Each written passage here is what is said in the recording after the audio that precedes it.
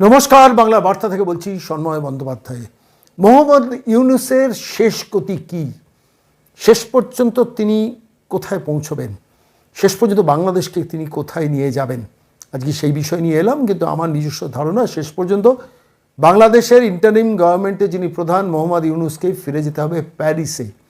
তার কারণ কি, আমি টুকরো টুকরো করে ছোট্ট কয়েকটা ঘটনা এই মুহূর্তে দাঁড়িয়ে বলবো। দেখুন, এই মুহূর্তে দাঁড়িয়ে বাংলাদেশের যে অন্তর্বর্তীকালীন সরকার চলছে, সেই অন্তর্বর্তীকালীন সরকার যাতে বছর দুয়েক কন্টিনিউ করতে পারে, তার জন্য যারা বৈষম্য বিরোধী ছাত্র যারা আন্দোলন করে এই সরকারকে বসিয়েছে, তাঁরা চাইছেন বছর দুয়েক এই সরকার টিকুক। অর্থাৎ ইন্টারিম গভর্নমেন্টটা বৈষম্য বিরোধী ছাত্র সমাজ তাদের নিয়ন্ত্রণে থাকুক, সমস্ত সংস্কার কমপ্লিট করে তারপর নির্বাচনের দিকে বাংলাদেশকে নিয়ে যাবে এবং ততদিন পর্যন্ত মোহাম্মদ ইউনূস সামনেই থাকুন, সেটা তাঁরা চাইছেন। কিন্তু ওদিকে বিএনপি কিন্তু চাইছে, খালেদা জিয়ার দল, তারা চাইছেন দ্রুত নির্বাচন। ফলে এখানে একটা স্বার্থের সংঘাত দুটো গ্রুপের মধ্যে লেগেছে।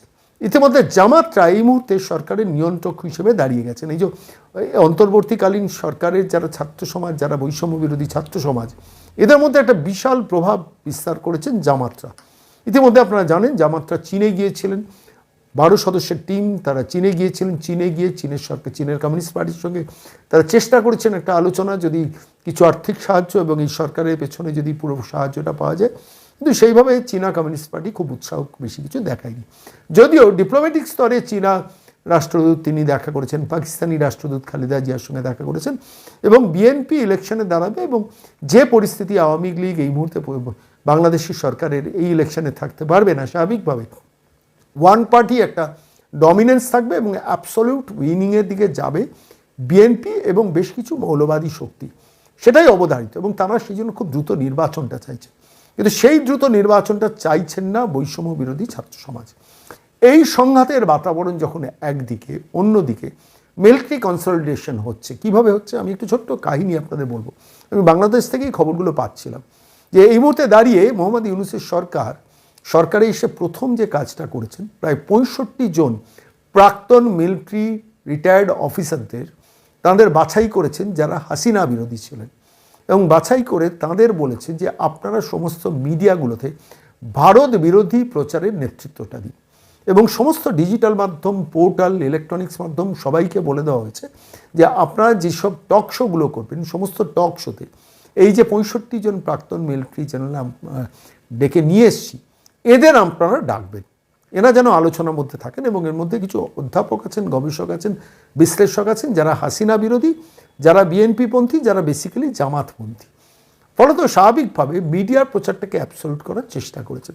সমস্ত মিডিয়াগুলোর উপর ফতোয়া জারি হয়েছে এবং যেসব মিডিয়া একদম সরকারের সুরে কথা বলবেন না, তাদের সাংবাদিকদের প্রেস কার্ড অ্যাক্রিডিটেশনটাকে বন্ধ করে দেওয়া হচ্ছে। ফলত স্বাভাবিকভাবে একমুখী মিডিয়া হয়ে গেছে বাংলাদেশে। সমস্ত ডিজিটাল মাধ্যম থেকে শুরু করে ইলেকট্রনিক্স মাধ্যম খুললে মনে হবে না যে একসময় কিছুদিন আগে এই মিডিয়াই শেখ হাসিনার পক্ষে কথা বলতেন, তারাই এখন এই মুহূর্তে দাঁড়িয়ে ইউনূস সরকারের পক্ষে কথা বলছেন। আমি লক্ষ্য করে দেখলাম এই সমস্ত ডিজিটাল মাধ্যমগুলোতে ফলো করতে গিয়ে দেখলাম যে সমস্ত যারা এক্স মিলিটারি জেনারেল যারা এসছেন, রিটায়ার্ড মেজর থেকে শুরু করে বিভিন্ন লোকজন এসছেন, তাঁরাও কিন্তু অনেকে আস্তে আস্তে ধীরে ধীরে রুষ্ট হচ্ছেন মোহাম্মদ ইউনূসের উপর। কেন রুষ্ট হচ্ছেন তার কারণ বেসিক্যালি এই মুহূর্তে দাঁড়িয়ে যে নির্বাচনের জন্য বিএনপি খুব উদ্গ্রীব, এবং যার জন্য আপনারা জানেন যে বিএনপির পক্ষ থেকে সরাসরি ইন্টারিম সরকারের প্রধানের সঙ্গে দেখা করেছেন, মিটিং করেছেন। এদিকে আবার Mohammad Yunus all party meeting ডেকেছেন, সেখানে আবার আওয়ামী লীগ নেই, সেখানে আবার এরশাদের জাতীয় পার্টি নেই। ফলত সেখানেও বেঁধেছে বিরোধ। মোহাম্মদ ইউনূস চেষ্টা করছেন যে এই বয়সে, 84 বছর বয়সে আরও কিছুদিন সরকারের প্রধান হিসেবে কিছুদিন কন্টিনিউ করা, কিন্তু বিএনপি সেই সুযোগ দেবে না। উইদিন 1 ইয়ার আলটিমেটলি নির্বাচনের দিকে তাকে যেতেই হবে। আর এদিকে সংবিধান যা বলে, বাংলাদেশের সংবিধান যা বলছে, এই ইন্টারিম সরকার কিন্তু পুরোপুরি অবৈধ।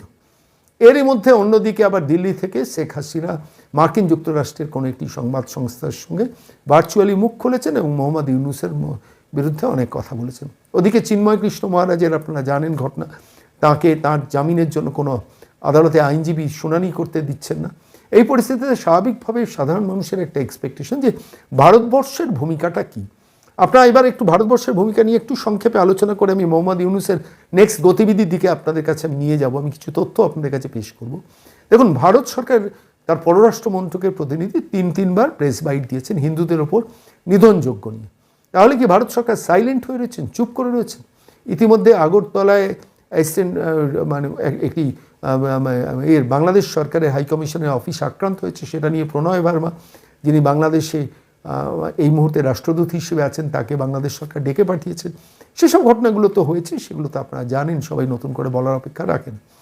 তো ভারত সরকার কী ভূমিকায় রয়েছেন? ভারত সরকার যেটা করছেন, সাইলেন্টলি বাংলাদেশ থেকে যে কাজগুলো করা হতে পারে, যেখানে যেখানে অ্যাটাক হতে পারে, যেখানে যেখানে বাংলাদেশ ইনফিল্ট্রেশন বাড়াতে পারে, যেখানে বাংলাদেশ সরকার হঠাৎ আচমকা কোনো মিলিটারি আক্রমণ করতে পারে, সেইগুলোকে প্রপারলি ম্যান পাওয়ার ডিপ্লয়মেন্ট এবং আর্মস অ্যান্ড অ্যামিউনিশনস ডিপ্লয়মেন্ট করছেন। ইতিমধ্যে আপনারা জানেন অসম মণিপুর বর্ডারে 35,000 মিলিটারি পার্সোনাল ডিপ্লয়েড হয়ে গেছে এবং সেটা বাংলাদেশ ইন্টেলিজেন্স বলেছে, ভারত সরকার সেটা বিরোধিতা করেনি। চিকেন নেক যেটাকে বলা হয় শিলিগুড়ি করিডোরে 22 কিলোমিটার থেকে 35 কিলোমিটারের যে রেঞ্জটা, সেই চিকেন নেক নিয়ে বাংলাদেশের এই প্রাক্তন মিলিটারিরা খুব মুখ খুলতে শুরু করেছে। ভারত সরকার কিন্তু ইতিমধ্যে সেই ব্যাপারে যথাযথ ব্যবস্থা নিয়ে নিয়েছেন। 5 মিনিট লাগবে নিমেষে সব কিছু বাংলাদেশকে গুঁড়িয়ে দেওয়ার জন্য, সেই ব্যবস্থা কিন্তু ভারত সরকারের পক্ষ থেকে মিলিটারি কমান্ডরা তারা নিয়ে রেখেছে। ফলত আলটিমেটলি এই মুহূর্তে ভারত সরকারের পক্ষে প্রকাশ্যে বেশি কথা না বলে সাইলেন্টলি মিলিটারি অপারেশনসটাকে সাজিয়ে রাখা। বাংলাদেশকে আক্রমণ করবো না, ভারতের স্ট্র্যাটেজি হচ্ছে বাংলাদেশকে আক্রমণ করবো না, কিন্তু বাংলাদেশ যদি ডিস্টার্ব করার চেষ্টা করে কোনো কারণে, বাংলাদেশকে যদি পাকিস্তান কিংবা চীন পেছন থেকে খেলানোর চেষ্টা করে, তাহলে যথাযথ সঙ্গে সঙ্গে জবাব বাংলাদেশ সরকার পেয়ে যাবে। কিন্তু বাংলাদেশের কোনো অংশ দখল করার কোনো অভিপ্রায় ভারত সরকারের নেই। এটা দীর্ঘদিনের একটা অবস্থান, এখনও সেই অবস্থান থেকে যাবে না। ইতিমধ্যে চট্টগ্রাম নিয়ে প্রচুর কথা হচ্ছে, বাংলাদেশের প্রাক্তন মিলিটারি অফিসাররা বলতে শুরু করেছে যে চট্টগ্রাম বেহাত হয়ে যেতে পারে, চট্টগ্রাম ভারত দখল করে নিতে পারে। এইসবের মাঝে যে ঘটনাটা ঘটছে সেটাই হচ্ছে সবথেকে গুরুত্বপূর্ণ, যেটা আপনাদের কাছে বলবো, এবং যে কারণেই শেষ পর্যন্ত মোহাম্মদ ইউনূসকে দেশ ছাড়তে হতে পারে। যে দেখুন, বিএনপি কিন্তু যে অবস্থানে এখন রয়েছে, সবে 100 দিন হয়েছে, তারা আর 3 মাস অপেক্ষা করবেন। সেই 3 মাসের মধ্যে যদি নির্বাচন ঘোষণা না হয়, তাহলে বিএনপি কিন্তু বড় ধরনের আন্দোলনে শেষ পর্যন্ত নামবেন এবং এই সরকারকে নির্বাচনে যেতে বাধ্য করবে।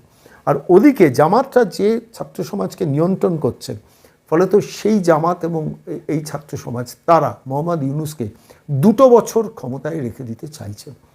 এই স্বার্থের সংঘাতের মধ্যে মিলিটারি কিন্তু আস্তে আস্তে কনসলিডেট করছে এবং আমার কাছে যা খবর, বাংলাদেশের বর্তমান মিলিটারি যারা চালাচ্ছেন তাদের সঙ্গে কিন্তু প্রাক্তন মিলিটারি অফিসার যারা হাসিনা বিরোধী, তারা কম্বাইন্ড হয়েছেন, একত্রিত হয়েছেন এবং তাদের পরামর্শ অনুযায়ী মিলিটারি কিন্তু নিজস্ব একটা স্বাধীনতা গড়ে তোলার চেষ্টা করছেন, যেটা ভবিষ্যতে প্রয়োজন হলে, যদি এরকম কোনো ক্রাইসিস দেখা দেয় যে মোহাম্মদ ইউনূস সরকার ক্ষমতা ছাড়তে চাইছে না, আর ওদিকে বিএনপি একটা মেজর রেভলিউশন করে আবার ক্ষমতার অলিন্দে ঢুকে পড়া, জোর করে ইলেকশন করে ক্ষমতায় চলে যাওয়ার চেষ্টা করছেন, সেই পরিস্থিতিতে ইন্টারিম পিরিয়ডে মিলিটারি কিন্তু ক্ষমতা নিয়ে নিতে পারে। সেই পরিস্থিতি কিন্তু বাংলাদেশে তৈরি হয়ে রয়েছে। এর মধ্যে যেটা খুব উল্লেখযোগ্য ঘটনা ঘটেছে, যেটা নিয়ে সেভাবে কোনো আলোচনা চলছে না, দেখুন এই মুহূর্তে দাঁড়িয়ে মোহাম্মদ ইউনূস সরকারের 2টো স্ট্র্যাটেজি। প্রথম কথা হচ্ছে সমস্ত প্রাক্তন মিলিটারি কর্তাদের নামিয়ে দিয়ে একটানা ভারত বিদ্বেষী কথা বলে যাওয়া, অন্যদিকে জামাত, রাজাকার, বিএনপি যৌথভাবে একসঙ্গে ভারত বিদ্বেষী কথা বলে সাধারণ গরিব মানুষকে তাদের উদ্বুদ্ধ করে রাখা, যে দেখো শেখ হাসিনার বন্ধু হচ্ছে ভারত সরকার, শেখ হাসিনাকে আশ্রয় দিয়েছে ভারত সরকার, এই ভারতই হচ্ছে আমাদের মূল শত্রু, পাকিস্তান নয়, চীনও নয়, কেউ নয়। ফলত এই স্ট্র্যাটেজিতে মোহাম্মদ ইউনূস অত্যন্ত শর্ট মানসিকতার লোক। ওই প্যারিসে বসে দীর্ঘদিন ধরে এই অনুশীলনটা তিনি করেছেন, সুযোগ বুঝে ঝোপ বুঝে কোপ মারতে নেমে পড়েছেন। এই মোহাম্মদ ইউনূস কিন্তু তাঁর টার্ম কিন্তু 20শে জানুয়ারির পর থেকে খারাপের দিকে যাবে, কারণ ডোনাল্ড ট্রাম্প সেই সময় থেকে মার্কিন যুক্তরাষ্ট্রের রাষ্ট্রপতির পূর্ণ দায়িত্ব নিয়ে আসবেন এবং এই পূর্ণ দায়িত্ব নিয়ে আসার পর তার পরবর্তীকালে সিচুয়েশনটা কিন্তু সব কিছু মোহাম্মদ ইউনূসের পক্ষে যাবেন না। তাহলে মোহাম্মদ ইউনূস কী করবেন? ছাত্র সমাজ চাইছে 2 বছর তিনি ক্ষমতা থেকে তিনি তাঁদের দাবি দাওয়াগুলো পূরণ করে সব কিছু গুছিয়ে টুছিয়ে নিয়ে গেছে, ছাত্র সমাজ জামাতটা আর একটু ক্ষমতা ভোগ করে নিন। বিএনপি সেটা হতে দেবে না। এই সংঘাতের মধ্যে যদি অর্থনৈতিকভাবে মার্কিন যুক্তরাষ্ট্র রেস্ট্রিকশন ইম্পোজ করতে শুরু করে, যা ইতিমধ্যে মার্কিন যুক্তরাষ্ট্রের এজেন্ডার মধ্যে আছে, তখন কিন্তু স্বাভাবিকভাবে মোহাম্মদ ইউনূসের সরকারের উপর সমস্যা বাড়বে, চাপ বাড়বে। মোহাম্মদ ইউনূসের সরকার ইতিমধ্যে যেটা করেছেন, আপনারা জানেন যে পাকিস্তানের রাষ্ট্রদূত এসে খালেদা জিয়ার সঙ্গে দেখা করেছেন, চীনের রাষ্ট্রদূত এসে সরাসরি খালেদা জিয়ার সঙ্গে দেখা করেছেন। চীনে জামাতদের একটা টিমকে মোহাম্মদ ইউনূস পাঠিয়ে দিয়েছেন যদি তাদের কাছ থেকে অর্থনৈতিক সাপোর্ট কিছুটা বার করে নিয়ে আসা যায়। এইসব পরিস্থিতির মধ্যে বাংলাদেশের ইকোনমিক ক্রাইসিসটা কিন্তু একটা মারাত্মক জায়গায় পৌঁছে গেছে, যেটা নিয়ে কিন্তু মিডিয়া কোনো আলোচনা করছে না। 120 টাকা, 140 টাকা, 150 টাকা আলু পেঁয়াজের দাম হয়ে গেছে। ভারত সরকারের ভূমিকাটা কি? ভারত সরকার সাইলেন্টলি একটা কাজ করেছে, যেটা নিয়েও চর্চা হচ্ছে না, কিন্তু বাংলাদেশের মিডিয়াগুলো যদি ফলো করেন আপনারা দেখবেন সেখানে কিন্তু ঠাড়ে ঠোড়ে বেরিয়ে আসছে যে কোনো না কোনো জায়গা থেকে ভারতবর্ষ থেকে যেসব প্রোডাক্ট বাংলাদেশে যাচ্ছে, ভারতবর্ষ এক্সপোর্ট বন্ধ করেনি, কিন্তু ভারতবর্ষ এক্সপোর্টটাকে স্লো করে দিয়েছে। অর্থাৎ ফেলো করি মাখো তেল, বেশি দেনা রাখা যাবে না, টাকা দাও প্রোডাক্ট নাও, এই অঙ্কে চলে গেছে। যেটা কিছুটা আপনারা জানেন যে বিদ্যুতের ক্ষেত্রে আদানি করেছে। গোড্ডা কেন্দ্র থেকে যে 1400 মেগাওয়াট বিদ্যুৎ বাংলাদেশ পেত, প্রচুর টাকা, $80 বিলিয়ন বোধহয় পাওনা ছিল, $80 কোটি বোধহয় পাওনা ছিল, শেষ পর্যন্ত $15 কোটি বাংলাদেশ দিয়েছে। এখন সেটা 540 মেগাওয়াট বিদ্যুৎ সাপ্লাই করছে, এবং বাংলাদেশ সরকারও এখন কন্ট্রোল করে নিয়েছে যে আমি কম বিদ্যুৎ কিনবো তোমার কাছ থেকে। নানানভাবে সেটাকে ম্যানেজ করার বাংলাদেশ সরকার এই মুহূর্তে চেষ্টা করছে। এর মধ্যে পরিস্থিতি যেদিকে দাঁড়িয়েছে, ত্রিপুরা সরকারের কাছ থেকে বিদ্যুৎ বাংলাদেশ নেয়, প্রচুর টাকা, 135 কোটি টাকা সেখানে দেনা হয়ে গিয়েছিল। শেষ পর্যন্ত ত্রিপুরা সরকারের মন্ত্রী বাংলাদেশে গিয়ে তার সঙ্গে আন্ডারস্ট্যান্ডিং করে সেটাকে কিছু টাকা ভার কমিয়ে বিদ্যুৎ সাপ্লাইটাকে জারি রেখেছে। এইভাবে নানানভাবে অর্থনৈতিকভাবে বাংলাদেশ কিন্তু বিপর্যস্ত হয়ে যাচ্ছে। নরেন্দ্র মোদী সরকার কিন্তু সেই দিকটাতেই নজর রেখেছে। দেখুন, আভ্যন্তরীণ সংকট যদি ঘনীভূত হয় আর নির্বাচন যদি শেষ পর্যন্ত না হয়, তখন মোহাম্মদ ইউনূসকেই কিন্তু দায়টা বহন করতে হবে। বাজারে গেলে মানুষ যদি জিনিসপত্র না কিনতে পারে এবং দাম যদি না চুকোতে পারে এবং খাওয়া দাওয়া যদি ঠিকঠাক না জোটে, তখন শেখ হাসিনার বিরুদ্ধে যে বিদ্রোহটা শুরু হয়েছিল সেই বিদ্রোহটা আলটিমেটলি কনভার্টেড হয়ে যাবে মোহাম্মদ ইউনূসের দিকে। তখন মোহাম্মদ ইউনূস কী করবেন? দেখুন, আমার নিজস্ব একটা ধারণা আছে, উইদিন 1 ইয়ার মোহাম্মদ ইউনূসকে ইলেকশনের দিকে যেতেই হবে। উনি চাইছেন 2 বছর, কিন্তু 1 বছরের মধ্যে যেতেই হবে। যদি না যান, যদি ছাত্র সমাজ, যদি জামাতরা অ্যালাউ না করেন, তখন কিন্তু সেখানে মিলিটারি ইনভেশন হতে পারে, এবং তখন কিন্তু মোহাম্মদ ইউনূসকে বাংলাদেশ ছাড়তে বাধ্য হতে হবে। এবং মোহাম্মদ ইউনূস কিন্তু তার স্বদেশ যেটা আদতে প্যারিস, সেখানেই তিনি নিজের কাজে ফিরে যাবেন পড়াশোনা গবেষণার ক্ষেত্রে। এইটুকু বলে আমি আপনাকে আজকে দুটো অডিও শোনাবো, মানে ভিডিও দেখাবো, যে অডিওটা শুনলে বুঝতে পারবেন বাংলাদেশের ভেতরের অবস্থা কি। ভারত সরকার কিন্তু ইতিমধ্যে ভিসাতে একটা গিয়ার দিয়ে দিয়েছে, ব্রেক কষে দেয়নি। অর্থাৎ যেভাবে ভিসা ভারতবর্ষ থেকে ইস্যু করার কথা বাংলাদেশ সরকার স্বীকার করছে, বাংলাদেশ সরকার না, ওই এক্স মিলিটারি যারা পার্সোনাল, মোহাম্মদ শামীম কামালের একটা বক্তব্য আমি আপনাদের কাছে শোনাবো, যে প্রচুর পেশেন্ট বাংলাদেশ থেকে পশ্চিমবঙ্গে আসতেন, ভারতবর্ষে আসতেন চিকিৎসা করাতে, কারণ ভিসা না চালু হলে সেই পেশেন্টরা তো আসতে পারবে না। ফলত আলটিমেটলি সেইখানেই ব্রেকটা কষে দিয়েছে। ইতিমধ্যে আপনারা জানেন কলকাতায় সিদ্দিকুল্লাহ চৌধুরী, মমতার মুখ যিনি, তিনি বলছেন এটা তো ঠিক হচ্ছে না, অর্থাৎ মোহাম্মদ ইউনূসের প্রতি এই অবিচারটা তো ঠিক হচ্ছে না। অলরেডি বাংলাদেশ সরকারের হয়ে তৃণমূল সরকারের মন্ত্রী গান গাইতে শুরু করে দিয়েছেন। জামাত, রাজাকার, বিএনপি, মমতা, এটা তো মোটামুটি একই ফোল্ডের ব্যাপার। ফলত ভারত সরকার যে সাইলেন্টলি, যেটা প্রকাশ্যে ডিক্লেয়ার করেনি, যে ভিসাটাকে কন্ট্রোল করে দিয়েছে, ফলে প্রচুর মানুষ চিকিৎসা আটকে যাচ্ছে, এবং আলটিমেটলি যারা চিকিৎসা পাবেন না, যারা ভারতবর্ষের উপর নির্ভরশীল, তাদের রাগটা কিন্তু মোহাম্মদ ইউনূসের ওপর গিয়ে পড়বে। আমি আপনাকে একটা ছোট্ট অডিও আমি প্রথমে শোনাই, যে ভিসা বন্ধর দিকে গেছে এবং চিকিৎসা বন্ধ হয়ে যাচ্ছে, সেটা মোহাম্মদ শামীম কামাল, যে প্রাক্তন মিলিটারি আধিকারিক, তিনি বলছেন। কি বলছেন শুনুন। উদাহরণস্বরূপ একটা কথা বলি, যে এই 5ই অগস্টের ঘটনার পরে ভারত বাংলাদেশি সাধারণ মানুষের জন্য ভিসা এক প্রকার বন্ধ করে দিয়েছে। সম্পূর্ণরূপে এটা তারা জ্ঞাত যে বাংলাদেশের অনেক মানুষ চিকিৎসার জন্য ভারতের উপরে অন্ধর মতো নির্ভরশীল। তো সেক্ষেত্রে এখন একেবারে একদম অকাতরে আমাদের ভিসা বাংলাদেশি মানুষের ভিসা দিচ্ছে না। অনেক জটিল রোগে আক্রান্ত মানুষও এখন যেতে পারছেন না। এটা দুঃখজনক। এটা দেখুন, মিডিয়াতে সেভাবে কিন্তু আলোচনা হচ্ছে না, যেটা বাস্তব ঘটনা, যেটা মোহাম্মদ শামীম কামাল, প্রাক্তন মিলিটারি আধিকারিক, তিনি কিন্তু সরকারের খুব ক্লোজ বৃত্তে আছেন, মোহাম্মদ ইউনূসের খুব কাছের মানুষ। তিনি কিন্তু স্বীকার করছেন যে এই জনরোষটা শুরু হচ্ছে, আর এই জনরোষটা আলটিমেটলি ভারত সরকারের ভারত বিদ্বেষের দিকে ছড়িয়ে দিলেও আলটিমেটলি তো যাচ্ছে বাংলাদেশ সরকারের বিরুদ্ধে, মোহাম্মদ ইউনূসের বিরুদ্ধে।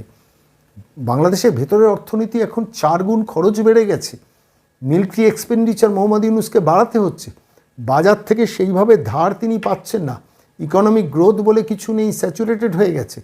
মিলিটারি এক্সপেন্স এত বাড়াতে হয়েছে, এই এয়ারবেস হ্যান ত্যান সমস্ত করে মানুষকে খাওয়াতে হচ্ছে, এই আমরা বৃহত্তম এয়ারবেস করছি, এই ইকুইপমেন্টস কিনছি, এই তুরস্ক থেকে আমরা মিসাইল কিনছি, খরচ তো আছে, সে খরচটা কোথা থেকে যোগাবেন? ফলত আলটিমেটলি ভেতরে, ঘরের ভেতরে সরকারি কর্মচারীরা মাইনে পাওয়া বন্ধ করে হয়ে যাবে, এরকম একটা পরিস্থিতি কিন্তু হয়ে গেছে অনেকটা। আর কিছুদিন বাদে যদি ডোনাল্ড ট্রাম্প রেস্ট্রিকশন ইম্পোজ করে দেয়, মোহাম্মদ ইউনুসকে খুব দ্রুত ফ্লাইট ধরতে হবে প্যারিসের। আমি আজকের এই প্রতিবেদন শেষ করবো আরেকটা অডিও শুনিয়ে, যেখানে বিদ্যুৎ নিয়ে কীভাবে ল্যাজে গোবরে হচ্ছে একটা সরকার। দেখুন, বিদ্যুতের 5টা ইউনিট 5টা সেন্টার থেকে ভারতবর্ষ থেকে বিদ্যুৎ কেনে এর বাংলাদেশ সরকার শেখ হাসিনার আমল থেকে, এবং তার মধ্যে আদানি এখনই 540-এ নেমে গেছে, বিদ্যুৎ কেনা কমিয়ে দিয়েছে, খরচা কমানোর জন্য চেষ্টা করছে, ট্রাহি রব ইতিমধ্যে। ত্রিপুরা থেকে যে বিদ্যুৎ কিন্তু 135 কোটি টাকা দেনা হয়ে গেছে, সেখানে টাকা মেটাতে হচ্ছে। বিদ্যুৎ না হলে তো বাংলাদেশ সরকার কোল্যাপস করে যাবে। এই মোহাম্মদ শামীম কামাল, যিনি ব্রিগেডিয়ার জেনারেল ছিলেন প্রাক্তন এবং মোহাম্মদ ইউনুসের খুব কাছের লোক, তিনি কিন্তু কিছুটা স্বীকার করেছেন। কি স্বীকার করেছেন আমি আপনাদের সেই অডিওটা এই মুহূর্তে শোনাবো, সেটা শুনলে বুঝতে পারবেন যে বিদ্যুৎ নিয়ে কি অবস্থা গিয়ে দাঁড়িয়েছে। এই অডিওটা শুনুন, তাহলে বুঝতে পারবেন। মনে আছে আপনার নেপাল থেকে বিদ্যুৎ আনার কথা ছিল, সেখানে মাত্র 40 মেগাওয়াট বিদ্যুৎ, ওয়ারেজ নেপাল 15-16 হাজার মেগাওয়াট বিদ্যুৎ উৎপাদন, জলবিদ্যুৎ উৎপাদন করতে হয়। নেপালকে ওইদিকে অ্যালাউ করছে না, আমাদেরকেও এরা পেতে দিচ্ছে না। আবার পক্ষান্তরে দেখেন আপনি, এই ভারত বাংলাদেশে 1160 মেগাওয়াট বিদ্যুৎ ত্রিপুরা থেকে রপ্তানি করছে। তার মানে বিষয়টা কি, ভারত যেভাবে চাচ্ছে সেভাবেই আমাদের এই ডিপ্লোম্যাটিক সম্পর্কটাকে ইয়ে করে। আপনি ভারত বিদ্বেষ ছড়াবেন প্রতি ঘন্টা প্রতি মিনিটে, আপনি হিন্দু নিধন যজ্ঞ করবেন, আপনি হিন্দুদের মারবেন, শাঁখা সিঁদুর দেখলে সেই মহিলাদের ওপর অত্যাচার করবেন, হিন্দু প্রপার্টি নিয়ন্ত্রণে নিয়ে নেবেন, আপনি সামান্য চিন্ময় মহারাজের আইনজীবী দাঁড়াতে দেবেন না, আর ভারতবর্ষের ওপর দিয়ে পাওয়ার গ্রিড নেপালের বিদ্যুৎ নিয়ে যাওয়ার জন্য আপনি ভারত সরকার ব্যবহার করতে দেবেন। দুটো তো একসঙ্গে হয় না। ভারত সরকার যেটা করেছে, সিম্পলি তুমি 40 মেগাওয়াট নিয়ে যেতে পারো, 14,000 কিলোওয়াট নিয়ে যেতে পারে, মেগাওয়াট নিয়ে যেতে পারে, অথচ 40 মেগাওয়াটের পারমিশন জুটেছে ভারত সরকারের, মানে বাংলাদেশ সরকারের। ফলত বাংলাদেশ এইভাবে আস্তে আস্তে আস্তে আস্তে ব্লকড হয়ে যাচ্ছে। ভারত সরকার খুব স্ট্র্যাটেজিক একটা মুভমেন্ট নিয়েছে, মিলিটারি দিয়ে বাংলাদেশকে ঘিরে ফেলা হয়ে গেছে, প্রায় কমপ্লিট সেই জায়গায়। পুরীতে আপনারা জানেন ইতিমধ্যে ওয়ার্ম আপ শুরু হয়ে গেছে, বিশাখাপট্টনম থেকে মিসাইল উৎক্ষেপণ হয়ে গেছে, 35,000 সেনা ডিপ্লয়েড হয়ে গেছে, এন্টায়ার বাংলাদেশ বর্ডার মুড়ে ফেলা হয়েছে বিএসএফকে দিয়ে সাইলেন্টলি, এটা নিয়ে বেশি প্রচার নেই। ওদিকে বিদ্যুতে আস্তে আস্তে আস্তে আস্তে পয়সা দাও, বিদ্যুৎ কেন, চাল ডাল তেল আদা রসুন আলু পটল তোমার যা দরকার হয় সব দেবো, টাকা দাও জিনিস নাও। খুব স্ট্র্যাটেজিক মুভমেন্টে কিন্তু ভারত সরকার হচ্ছে, কারণ এই মুহূর্তে দাঁড়িয়ে সংঘাত বা সংঘর্ষের পথ আলটিমেটলি ভারত সরকারকে ডিভিডেন্ড দেবে না। তা বলে কি হিন্দু নিধন যজ্ঞ চলবে না? হিন্দু নিধন যজ্ঞ যাতে বন্ধ হয় তার জন্য ইন্টারন্যাশনাল প্রেশার বিল্ড আপ করার জন্য ইতিমধ্যে প্রায় সমস্ত রাষ্ট্রের রাষ্ট্রদূতকে ভারত সরকার নির্দেশ দিয়েছেন সে দেশের সরকারের সঙ্গে আলোচনা করতে। তার রেজাল্টও হচ্ছে, নেপাল থেকে তার প্রতিবাদ শুরু হয়ে গেছে, লন্ডনে বিদেশে পার্লামেন্টের যারা প্রতিনিধি তারা বক্তব্য রাখছেন, এমনকি ডোনাল্ড ট্রাম্পের বিরোধী শিবিরের ডেমোক্র্যাট সদস্যরা তারা পর্যন্ত বিবৃতি দিতে শুরু করেছেন বাংলাদেশের হিন্দু নিধন যজ্ঞ। আলটিমেটলি যেটা হবে, ইউনুস সরকার আর্থিকভাবে কিন্তু দেউলিয়া হয়ে যাবে উইদিন 1 ইয়ার, 1 বছর বেশি টানতে পারবেন না। তার মধ্যে গৃহযুদ্ধ যদি শুরু হয়ে যায়, তাহলে what next, what should be the destination of Mohammad Yunus? আমার নিজের ধারণা মোহাম্মদ ইউনুসকে ফিরে যেতে হবে প্যারিসে, সব কিছু ছেড়ে রেখে। যা যা শয়তানি করেছেন তার ডিভিডেন্ড তাকে দিতেই হবে, বাংলাদেশকেও দিতে হবে। আলটিমেটলি একটা বৃহত্তর ক্ষতির মুখে ফেলে দিয়ে শেষ পর্যন্ত মোহাম্মদ ইউনুস কিন্তু পালাবেন সরাসরি প্যারিসে।